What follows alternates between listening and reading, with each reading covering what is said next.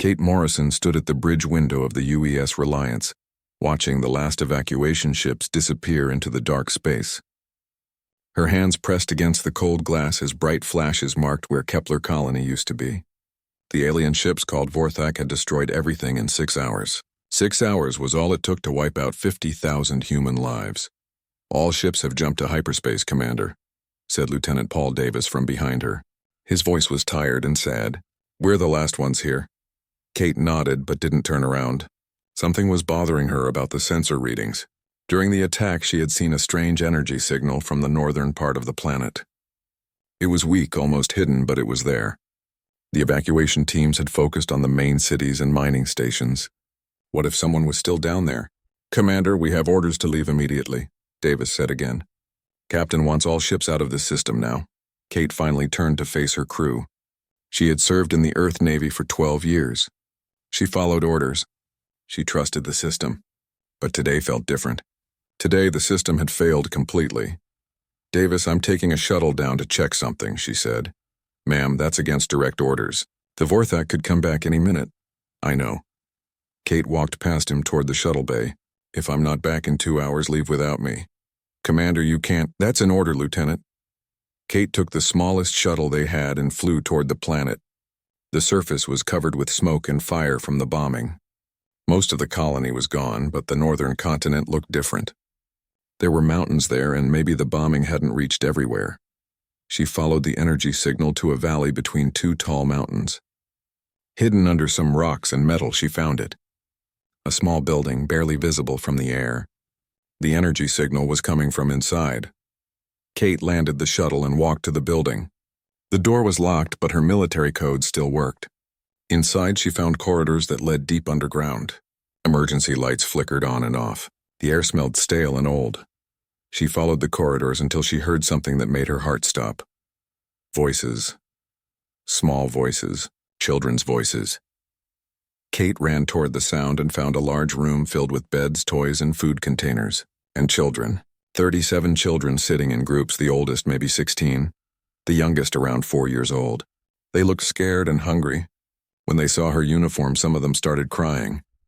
"Please don't hurt us," said a girl with long brown hair. She looked about 14. "We've been good. We haven't left the bunker." Kate knelt down so she was at their eye level.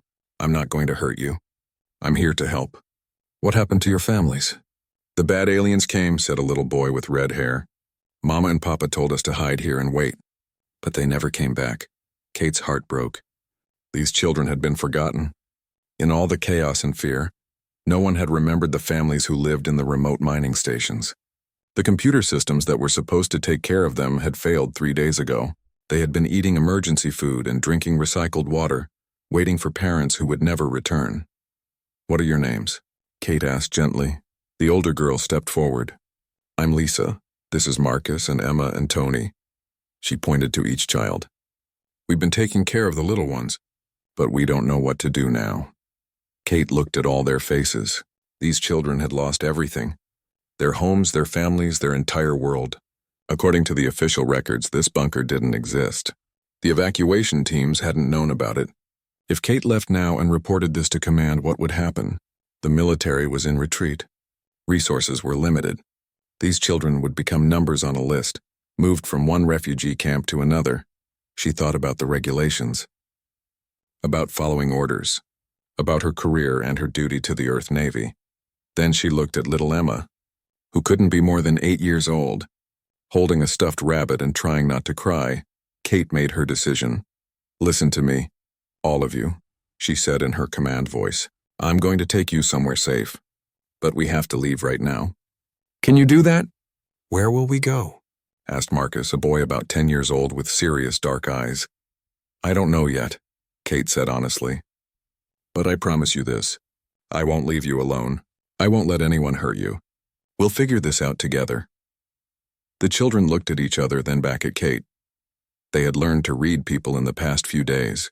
They could tell when adults were lying or when they were scared. Kate was scared, but she wasn't lying. "Can we bring our things?" asked a small girl with curly blonde hair. "Bring whatever you can carry in one bag each," Kate said. "We have 20 minutes. The children moved quickly. They had learned to pack fast during the attacks.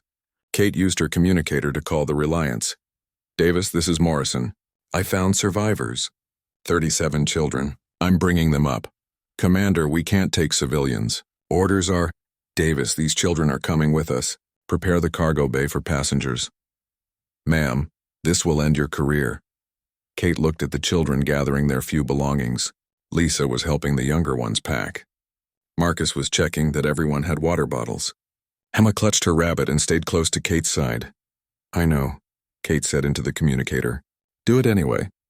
As they walked to the shuttle, little Emma tugged on Kate's uniform sleeve. Are you our new mama now? She asked in a small voice. Kate knelt down and looked into the child's eyes. She thought about her apartment back on Earth Station, her career plans, her quiet life with no complications.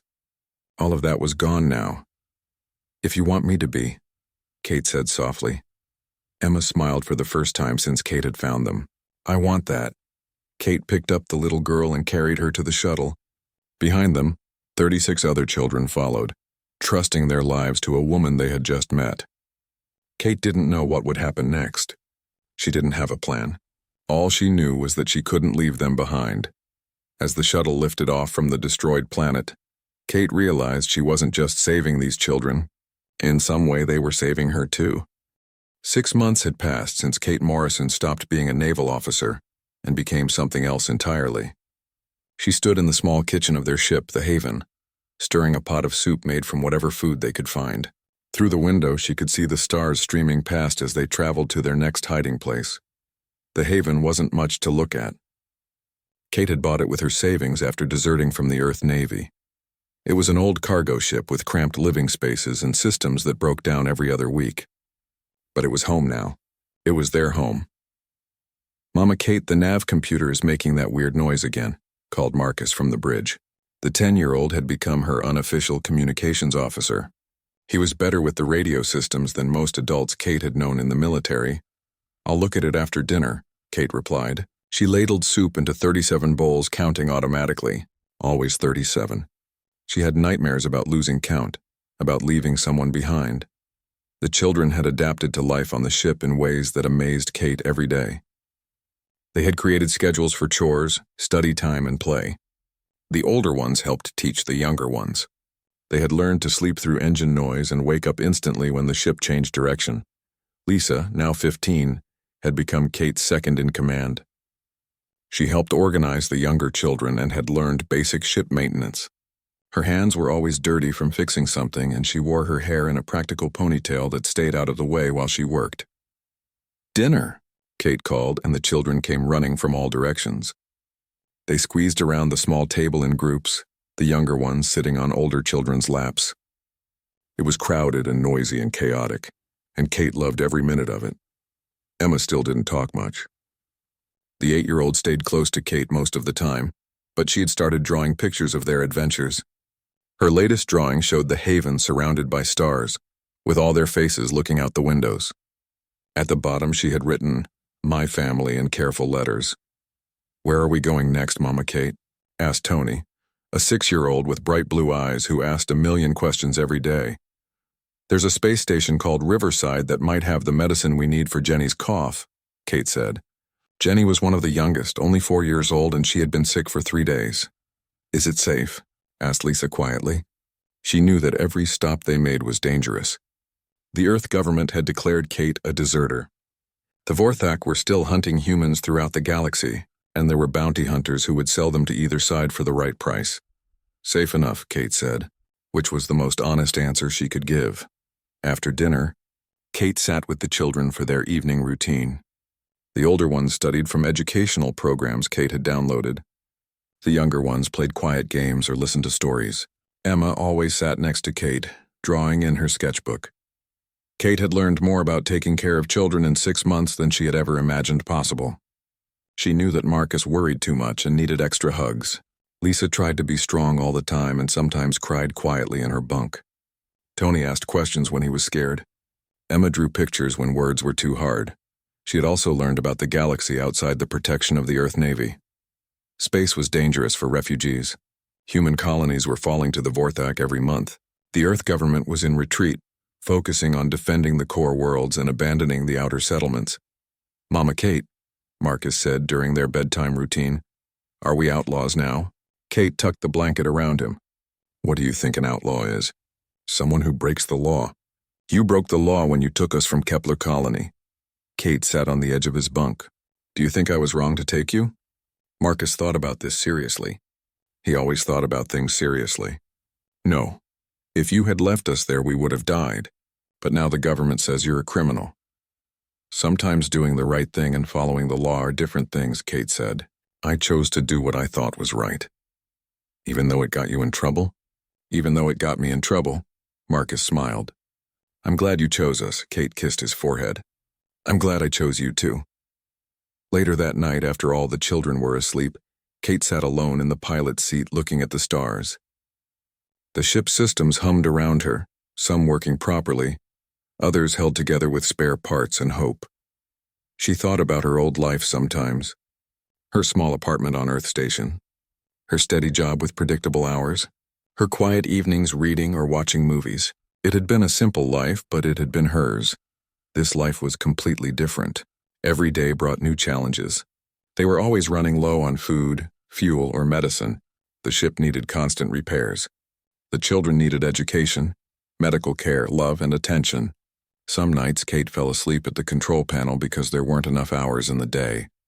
But when she looked back at the sleeping quarters where 37 children trusted her to keep them safe, Kate knew she had made the right choice. These weren't just refugees under her protection anymore. They were her family. She was their mother in every way that mattered. The navigation computer beeped and Kate saw they were approaching Riverside Station. She would need to be careful. The station manager might ask too many questions about a single woman traveling with so many children. But Jenny needed medicine and they needed supplies. Kate programmed the autopilot and headed to her own small bunk. Tomorrow would bring new dangers and new challenges, but tonight her children were safe and sleeping peacefully. Emma had left her latest drawing on Kate's pillow. It showed Kate in her pilot's chair with all the children gathered around her. At the top, Emma had written, "Mama Bear and her cubs." Kate smiled and carefully put the drawing in the small box where she kept all of Emma's artwork. Outside the ship, the galaxy was vast and dangerous. Wars raged between the stars. Governments fell and rose again. But inside the haven, 37 children slept safely, under the protection of a woman who had given up everything to become their mother. Kate fell asleep, thinking about tomorrow's supply run and planning lessons for the children and wondering how long their fuel would last. But she also fell asleep smiling, because she was exactly where she belonged. Captain Rex Harmon studied the holographic display in his private cabin aboard the Dark Current. The image showed a woman with short brown hair and tired eyes, wearing a faded Earth Navy uniform. Below her picture was a list of 37 names, all children. Kate Morrison, he read aloud, former lieutenant commander, declared deserter 6 months ago. Last seen fleeing Kepler Colony with stolen refugees. The Vorthak had offered him more money than he had ever seen for one job. They wanted the woman and children alive and unharmed. Rex didn't usually ask questions about why his clients wanted certain people, but this job felt different. The Vorthak weren't known for keeping human prisoners alive for long. "Sir, we've tracked their ship to the Titan Nebula region," reported his first officer, Carl Jenkins. "A cargo hauler called the Haven.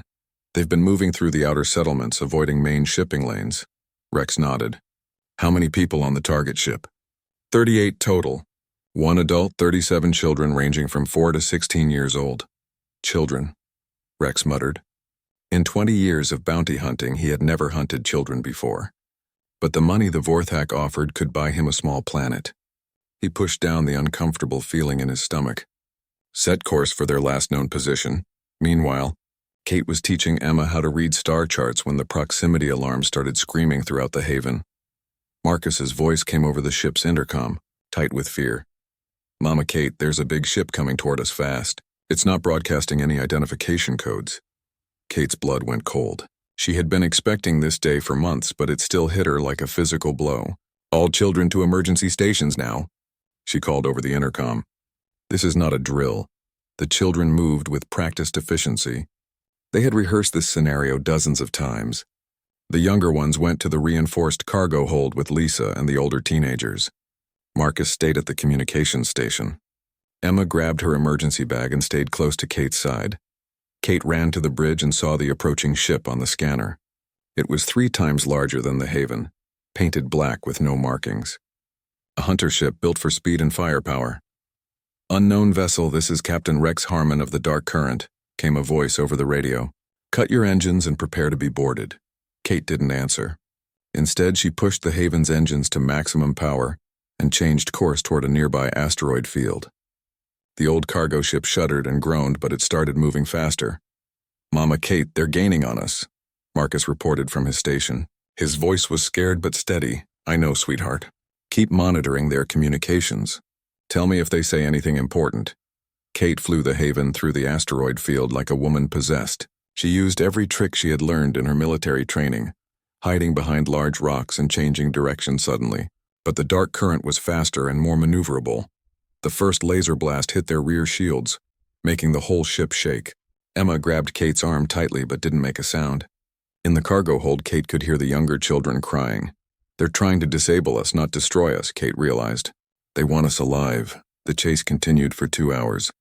Kate managed to stay ahead of the hunter ship, but the Haven's systems were failing. Warning lights flashed across the control panel. The engine was overheating. The shields were nearly gone. Then Kate saw it. The Titan Nebula, a massive cloud of gas and electrical storms that stretched across several light years. Ships could hide inside nebulas, but the electrical interference would slowly destroy their electronics. "Hold on, everyone," Kate announced over the intercom. "We're going into the nebula." "Mama Kate, that's dangerous," Marcus said. "Our systems won't last long in there."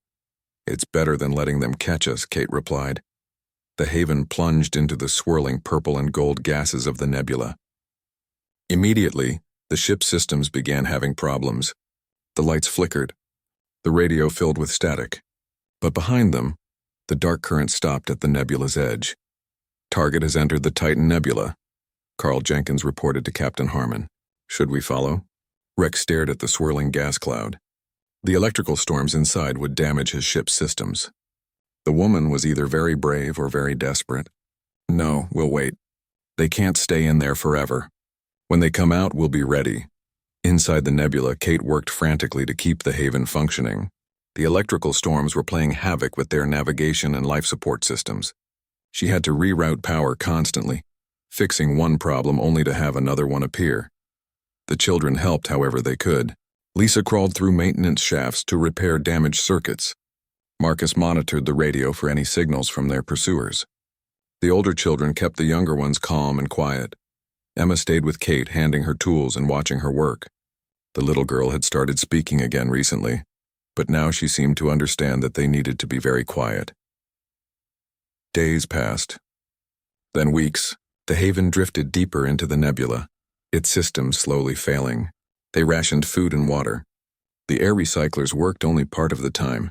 Kate got maybe 2 hours of sleep each night, spending the rest of her time fixing whatever had broken during the day. "Why do the bad people want us so much?" asked Tony one evening as they shared a small meal. Kate had been dreading this question. "I think they want to study you." "To learn about human children. To hurt us?" asked Jenny, the 4-year-old who had finally gotten over her cough. "I won't let them hurt you," Kate said firmly. "Never. But you're just one person," said Lisa quietly. "And they have a big ship with weapons." Kate looked around at all the children's faces. They were scared, but they trusted her. They believed she could protect them from anything. The weight of that responsibility was almost crushing. "You're right," Kate said. "I am just one person. But I'm your person. And I promise you this. As long as I'm alive, no one will take you away from me." Emma climbed into Kate's lap and hugged her tightly. "We're a family," she whispered. "Yes, we are," Kate whispered back. "We're a family." On the 21st day in the nebula, the Haven's main engines finally died completely. They were drifting on emergency power, with maybe 48 hours of life support remaining. Kate had managed to fix almost everything else, but the engine damage was beyond repair with the parts they had. Outside the nebula, Captain Harmon was growing impatient. The Vorthak were asking for updates. His crew was getting restless, but he couldn't risk damaging his ship by going into the nebula after them. "Sir," Carl Jenkins said, "maybe they died in there. Those electrical storms are pretty intense." Rex shook his head. No, that woman is military trained. She'll find a way to survive. We wait. Inside the nebula, Kate made a decision that terrified her. She would try to restart the engines using an emergency procedure that might work, or might blow up the ship. It was their only chance. Everyone strap in, she announced. This might get rough. As Kate worked on the engine restart sequence, Emma handed her a new drawing. It showed the Haven flying out of a purple cloud toward a beautiful planet with cities and parks. At the bottom, Emma had written, "Going home." Kate looked at the drawing and realized something important. Home wasn't a place they were trying to reach. Home was right here, on this broken ship with these amazing children who had become her family. She just had to keep them alive long enough to find somewhere safe to land. The Haven's engines coughed to life with a sound like a dying animal, but they worked. Kate had managed to restart them using parts from the emergency life support system. Now they had power, but only enough air for 6 hours. "We're moving again, Mama Kate," Marcus called from the sensor station, his voice filled with relief. Kate guided the damaged ship through the swirling gases of the Titan Nebula toward its edge. Behind them, electrical storms continued to flash purple and gold. But ahead lay open space and the chance to breathe again. "Unknown cargo vessel. This is Captain Rex Harmon," came the familiar voice over the radio as soon as they cleared the nebula. "You've given us quite a chase. Shut down your engines immediately." Kate looked at the scanner display. The dark current was positioned exactly where she had expected, waiting like a patient predator. But something else caught her attention. 3 more ships had joined the hunter vessel, and they weren't Vorthak or bounty hunters. "This is Commander Jake Pierce of the Free Colony Defense Force," announced a new voice. "Captain Harmon, you are in violation of the Sanctuary Accords. Release the civilian vessel immediately." Kate's heart jumped. Jake Pierce had been her roommate at the Naval Academy 15 years ago. They had served together on 2 different ships before Kate's assignment to the Reliance. If anyone in the galaxy would help her protect the children, it was Jake. "Commander Pierce, this is Morrison," Kate transmitted on a secure frequency she hoped Jake would remember. "I have 37 children aboard. Requesting immediate assistance. Kate?" Jake's voice came back, surprised. "What are you doing out here? Intelligence report said you went rogue 6 months ago." "It's a long story. These children need protection. The Vorthak want them alive for some kind of research program." There was a pause. Kate could imagine Jake processing this information, weighing his options. The Free Colony Defense Force was a group of resistance fighters who operated in the Outer Rim, fighting both the Vorthak invasion and what they saw as the Earth government's abandonment of the frontier colonies. "Kate, dock with my ship," Jake finally said. "We'll sort this out." Captain Harmon's voice cut across the channel. "Commander Pierce, I have a legal bounty contract on these fugitives. You have no authority to interfere." "Actually, Harmon, I do," Jake replied smoothly. "These are civilian refugees under the protection of the Sanctuary Accords. Any attempt to take them will be considered an act of piracy." Kate held her breath as she watched the scanner display. The dark current was outnumbered, but it was still the most powerful ship in the area. For a long moment, nobody moved. "This isn't over, Morrison," Harmon finally transmitted directly to Kate.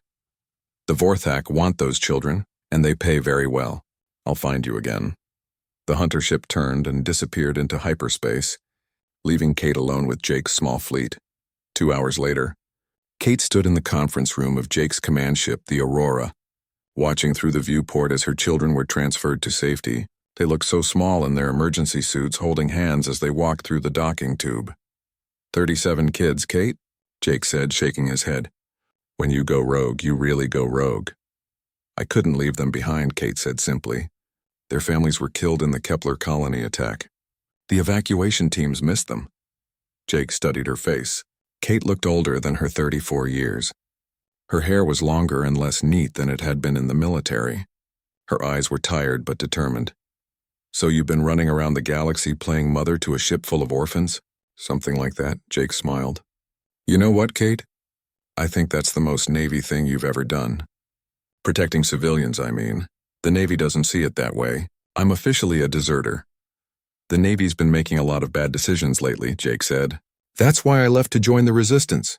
We're trying to protect the people the government has written off." Jake led Kate through the Aurora to a large room where the children were getting medical checkups and hot meals. Kate saw Emma sitting quietly in a corner, clutching her stuffed rabbit. Marcus was talking animatedly to one of Jake's technical officers about radio frequencies. Lisa was helping the younger children eat. "They're remarkable," Jake said, watching the children. "Most kids who've been through what they have would be broken. These ones seem strong." "They are strong," Kate agreed. "Stronger than most adults I know." Emma spotted Kate and ran over to hug her legs. "Mama Kate, are these the good people?" "Yes, sweetheart. These are the good people." Jake knelt down to Emma's eye level. "Hi there. I'm Jake. I'm an old friend of your Mama Kate." Emma studied his face seriously. "Are you going to help us stay together?" "I'm going to try," Jake said gently. That evening, Jake took Kate to see the resistance base hidden inside a hollowed-out asteroid in the Procyon system. It was bigger than Kate had expected, with living quarters for several hundred people, workshops, schools, and even small parks with real plants. "We've got about 800 people here," Jake explained as they walked through the corridors. "Refugees from the outer colonies, former military like us, scientists, teachers, families. Everyone the Earth government decided wasn't worth protecting." "It's incredible," Kate said, watching children playing in one of the parks. These weren't her children, but they looked happy and safe. "The kids could go to school here," Jake said. "Real school with other children. You could help us plan military operations. That tactical brain of yours would be invaluable." Kate felt a flutter of hope. For the first time in months, she could imagine a future beyond just running and hiding. "What about the Vorthak? And bounty hunters like Harmon?" "The Vorthak don't know about this base yet. And Harmon won't find you here. We've got good security." That night, Kate tucked her children into real beds for the first time in months. They were staying in temporary quarters while permanent rooms were prepared. The children were excited about the possibility of staying in one place, but Kate could see the worry in some of their eyes. "Are we safe now, Mama Kate?"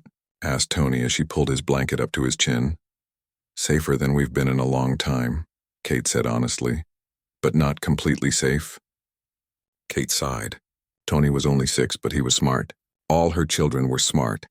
They had learned to read danger in adults' faces and voices. "Nowhere is completely safe right now," Kate said. "But here we have friends to help us. Here you can go to school and play with other children and maybe not worry so much about the bad people. Will you stay with us?" "Always," Kate promised. "I will always stay with you." Later, after all the children were asleep, Kate sat with Jake in his office looking at intelligence reports. The war news was bad. 3 more human colonies had fallen to the Vorthak in the past month. The Earth government was pulling back to defend only the core systems. "There's something else," Jake said quietly. "Our intelligence sources say the Vorthak are working on some kind of biological weapon. Something designed specifically to target human genetics." Kate felt cold. "That's why they want the children. They need live human test subjects, probably, which means Harmon isn't going to give up. The bounty on your kids is probably getting bigger every day." Kate stared at the star charts on Jake's wall, showing human space shrinking month by month. "How long do we have? Here? Maybe a few months if we're lucky. The Vorthak are moving faster than anyone expected. And then," Jake was quiet for a long moment, "then we fight. Or we run deeper into unexplored space and hope we can find somewhere they can't follow." Kate thought about her children sleeping peacefully in their beds. For the first time in months, they felt safe. They were making friends with other children. They were going to start real school tomorrow. She couldn't let the war take that away from them. "Not again. Jake," she said. "What would it take to stop this biological weapon program?" "Why?" "Because as long as it exists, my children will never be safe." "None of our children will be safe." Jake studied her face. "Kate, you're talking about a direct assault on a heavily defended Vorthak research facility. It would be a suicide mission." "Maybe. Or maybe it would be the most important mission of the war." Outside Jake's office window, the asteroid base hummed with quiet activity. Hundreds of humans who had refused to give up, who had chosen to fight for their families and their future. Kate made a decision that would change everything. The attack alarms echoed through the asteroid base at 0347 hours, 3 weeks after Kate and the children had arrived. Kate woke instantly, her military training taking over. Through her quarter's small window, she could see explosions lighting up the space around the asteroid. "All personnel to battle stations," Jake's voice announced over the intercom. "This is not a drill. The Vorthak have found us." Kate ran to the children's dormitory, her heart pounding. The older children were already awake, helping the younger ones get dressed and grab their emergency bags. Lisa had everyone organized and moving toward the emergency shelters. How many ships? Kate asked Marcus, who was monitoring the communications equipment they had set up in the dormitory. At least 50 Vorthak warships, Marcus reported, his 10-year-old voice steady despite the fear in his eyes. And Mama Kate. Captain Harmon's ship is with them. Kate felt ice in her stomach. Harmon had led the Vorthak directly to them. The bounty hunter had sold out not just Kate and her children, but the entire resistance base. Everyone to shelter level 5, Kate ordered. Right now. Emma tugged on Kate's sleeve. Mama Kate, are you coming with us? Kate knelt down and hugged the little girl tightly. I need to help Commander Pierce first, sweetheart. Lisa will take care of everyone until I get there. Promise you'll come back? Kate looked into Emma's 8-year-old eyes and saw absolute trust. After everything they had been through together, Emma still believed Kate could protect them from anything. I promise, Kate said, hoping it was true. Kate ran to the command center where Jake was coordinating the defense. The situation was worse than she had feared.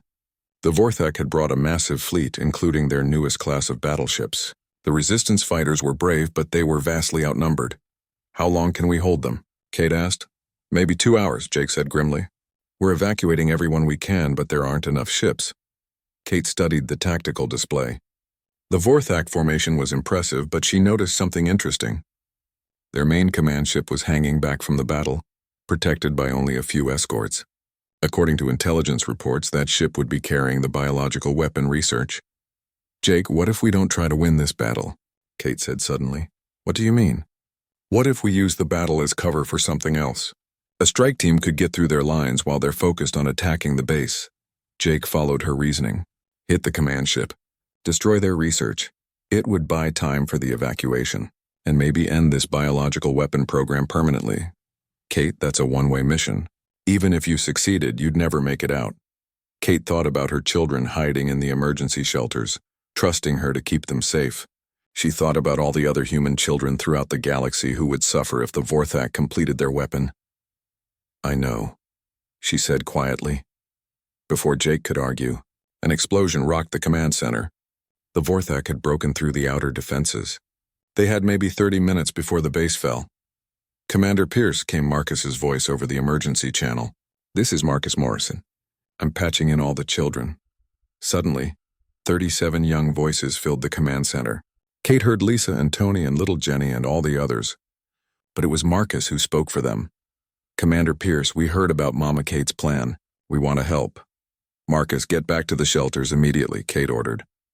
No, Mama Kate, Marcus said firmly. We're not babies anymore. We've been living this war for almost a year. We know things about Vorthak technology from listening to their communications.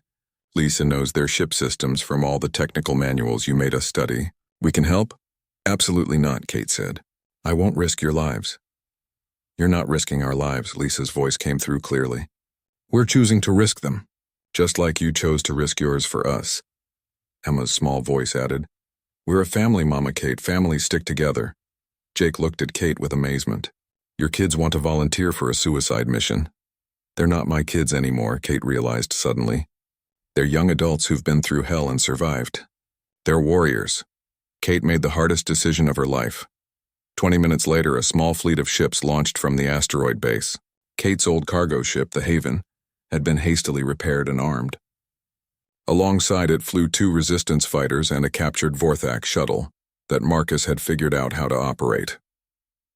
Inside the Haven, Kate sat at the pilot's controls with 16-year-old Lisa as her co-pilot. Marcus coordinated communications from the old ship's bridge. The other children were stationed throughout the ship, each with a specific job. Emma sat in the navigator's seat, her latest drawing taped to the control panel. It showed all of them together on a beautiful planet with green trees and blue skies. At the bottom, she had written, after the war. Vorthak command ship dead ahead, Lisa reported. They're not expecting an attack from this direction. Kate flew the Haven through the space battle like a fighter pilot, dodging weapons fire and debris. The Vorthak were so focused on destroying the resistance base that they barely noticed the small ships approaching their command vessel. Marcus, can you hack their docking bay doors? Kate asked. Already working on it, Mama Kate, Marcus replied. Their security codes are really complicated, but I think I can break them. The docking bay doors opened just as Vorthak fighters started pursuing them. Kate flew the Haven straight into the massive command ship, scraping the hull against the docking bay walls. "Everyone out," Kate ordered. "You know the plan." The children moved through the Vorthak ship with determination and skill that would have impressed any military commander. They had studied the ship layouts and knew exactly where to go. Lisa led one team to the engine room. Marcus took another team to the computer systems. Kate headed for the biological research lab with Emma and the youngest children. They met resistance from Vorthak soldiers, but Kate had taught the children well. They moved like shadows using ventilation shafts and maintenance corridors that were too small for adult Vorthak. In the research lab, Kate found what they had come for: thousands of human genetic samples, computer models of biological weapons, and test results that made her stomach turn. The Vorthak had been close to completing a weapon that could target human DNA specifically. "Blow it all," Kate ordered. Emma, now 9 years old and braver than most adults Kate had known, helped plant the explosive charges. "Mama Kate, will this really stop them?" "It will stop this program," Kate said, "and it will show them that humans don't give up. Ever." The explosion started in the engine room as Lisa's team disabled the ship's power systems.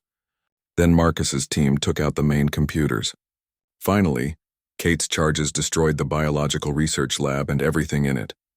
As alarms blared throughout the Vorthak command ship, Kate gathered her children at the docking bay. The Haven was damaged but still flyable. Around them, the Vorthak fleet was in chaos as their command ship went dark. "Everyone aboard," Kate called. "Time to go home." "Where is home, Mama Kate?" asked Tony as they strapped in for launch. Kate looked around at all their faces as the Haven lifted off from the dying Vorthak ship. These amazing children who had grown up too fast, who had learned to be brave in the face of impossible odds, who had chosen to risk everything to protect other people's families. "Home is wherever we are together," Kate said. The Haven escaped through the confused Vorthak fleet and made it to hyperspace. Behind them, Jake's evacuation ships carried the survivors of the resistance base to safety. The biological weapon program was destroyed, its research scattered across space. Captain Harmon's ship was found drifting dead in space 3 days later, its crew mysteriously unconscious. Marcus later admitted he had hacked their life support systems during the battle, but he claimed it was an accident. 5 years after the Battle of Procyon, Kate Morrison stood on the balcony of her home on New Haven Colony, watching her children play in the garden below. They weren't children anymore, really. Lisa was 20 and studying to be an engineer. Marcus was 15 and already being recruited by 3 different universities for their computer science programs. Emma, now 13, still drew pictures, but now they showed real places instead of dreams. Her latest drawing was of their house on New Haven, surrounded by the other homes where the families of the resistance had settled after the war ended. The Vorthak Empire had collapsed 6 months after the destruction of their biological weapon program. Without their superweapon, they had been unable to maintain control over their conquered territories. Human space was expanding again, and there were new colonies being established every month. "Mama Kate," Emma called from the garden. "Dinner's ready." Kate smiled and went inside, where her family was gathered around a table that seated 40 people comfortably. Some of her original 37 children were away at school or starting their own families, but new children had joined them over the years.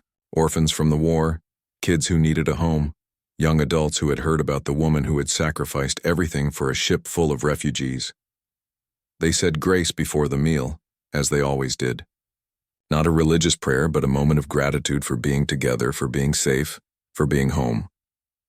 "Thank you for choosing us, Mama Kate," Emma said quietly, echoing the